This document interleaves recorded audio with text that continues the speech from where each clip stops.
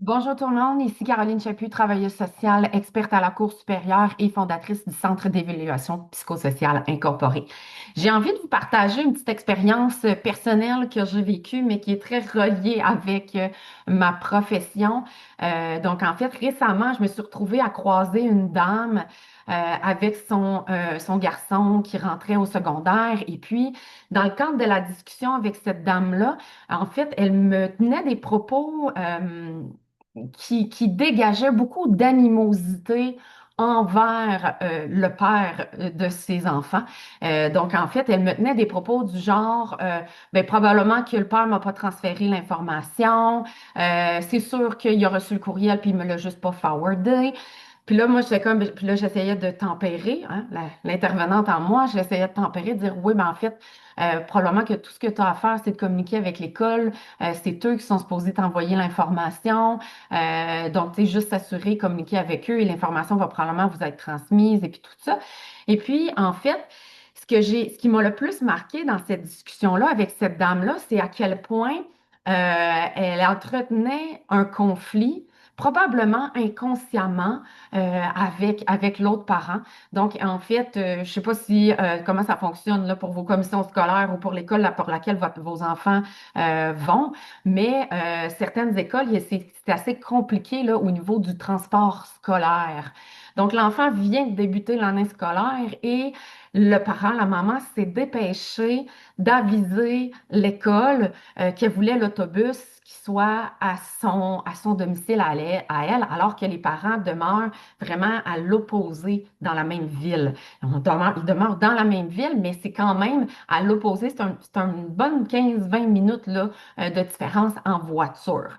Donc, en s'assurant que la maman, sans en discuter avec son coparent, d'avoir, elle, accès au service du transport, mais là, à ce moment-là, ça privait le papa, lui, de son côté, d'avoir accès au service de transport. Puis là, ben, parfois, il est possible, là, tu sais.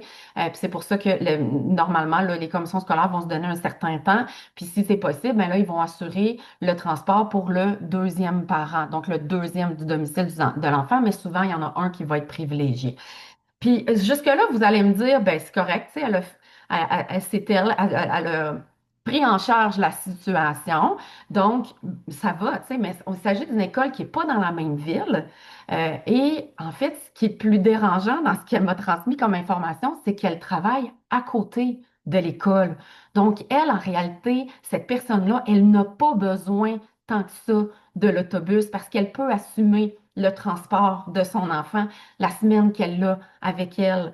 Alors que l'autre parent, lui, de son côté, ne travaille pas à côté de l'école. Donc, lui, se retrouve un peu mal pris pour pouvoir assumer le transport de l'enfant jusqu'à son école. Donc, ce que je trouve dérangeant dans tout ça, si on prend un pas de recul, c'est qui va en payer le prix? Qui paye réellement le prix? Puis peut-être que spontanément, vous allez me dire que c'est le coparent, que c'est le papa qui, lui, n'a pas accès finalement au transport. Mais en réalité, c'est l'enfant.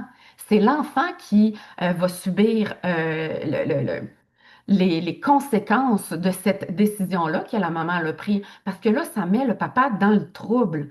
C'est une discussion qui aurait dû avoir lieu entre les deux parents, savoir, OK, comment est-ce qu'on s'organise?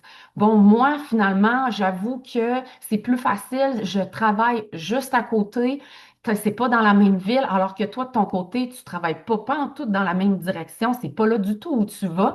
Parce que sinon, l'enfant, ben là, finalement, il se retrouve avec un papa qui est fâché, qui est tout à fait fâché. Puis, jusqu'à un certain point, on peut le comprendre. Je connais pas la suite de l'histoire, là, mais je stipule, là, est-ce qu'on peut s'attendre à ce que ce papa-là soit fâché, que ce papa-là doive réorganiser tout son horaire, vérifier des ententes avec son employeur pour pouvoir s'organiser pour aller porter et aller chercher son enfant à tous les jours? Puis là, on ne parle pas d'un 10-15 minutes de route, là. On parle d'un 30-40 minutes de route matin et soir. Donc, puis ce qui fait en sorte que si le papa, lui, il se retrouve dans une situation où ce qu'il est, pressé par le temps à tous les matins et à tous les soirs, mais ça fait en sorte qu'après ça, au retour à la maison, ben, ça a des impacts sur l'enfant. Vous comprenez? Puis pourtant, là, la maman, elle me l'a très bien dit, là, qu'elle travaillait à côté, puis que son horaire concordait avec celui de son enfant qui était à l'école. Donc, à ce moment-là, pourquoi? Pourquoi faire ça si ce n'est que de continuer d'entretenir de l'animosité envers notre coparent? Puis, tu sais, moi, je le dis souvent, ne sous-estimez pas un enfant qui dort. Il ne faut pas sous-estimer un enfant qui dort. Ce n'est pas parce que votre enfant n'est pas à portée d'oreille qu'il n'est pas réellement à portée d'oreille. Ce n'est pas parce que votre enfant se retrouve à 4-5 mètres de vous qu'il n'entend pas. Donc, la maman, il y a certains propos qu'elle a tenus en présence de son fils qui était à quelques mètres. Peut-être qu'il ne l'a pas entendu, mais au-delà de ça, cette maman-là entretient de l'animosité envers son coparent. Puis ça, ben, son enfant le ressent, c'est certain. Je le sais parce que je le vois, je le constate dans mes expertises psychosociales. Quand je rencontre des enfants, je vais souvent leur demander, qu'est-ce que papa il pense de maman? Qu'est-ce que maman pense de papa? Et souvent, les enfants vont me rapporter des choses, non pas parce qu'ils ont entendu papa ou maman le dire, mais parce qu'ils le ressentent. Donc, s'il vous plaît, faites attention à ce que vous dites et surtout, essayez de travailler en collaboration avec vos enfants.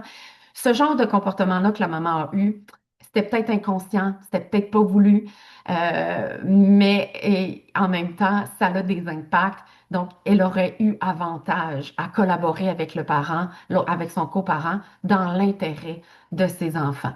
Donc, sur ce, je vous souhaite de passer une belle fin de journée. Puis si vous avez des questions, gênez-vous pas. Info à commercial centre évaluation psychosocial.com. Ça va me faire un plaisir de vous accompagner, de vous diriger vers le service dont vous avez besoin. Mais surtout, si vous avez besoin des expertises psychosociales en matière familiale, c'est notre spécialité. On se, on se spécialise vraiment là-dedans, puis on est disponible et on essaie de couvrir le Québec au complet. Donc, sur ce, je vous souhaite de passer une belle fin de journée.